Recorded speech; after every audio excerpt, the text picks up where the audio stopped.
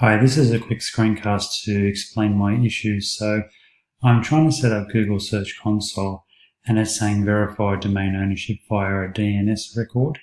So sign into my domain name provider. I can't remember if it was SiteGround or not. Copy the text record below into the DNS configuration for scenichems.com. So copy that, and then I go to one of these. Is it Domain Manager? I'm not exactly sure. So installation site builder. Is it account DNS? Is it here? I'm not exactly sure. And once I've copied this somewhere, pressing the verify below. So that's my question.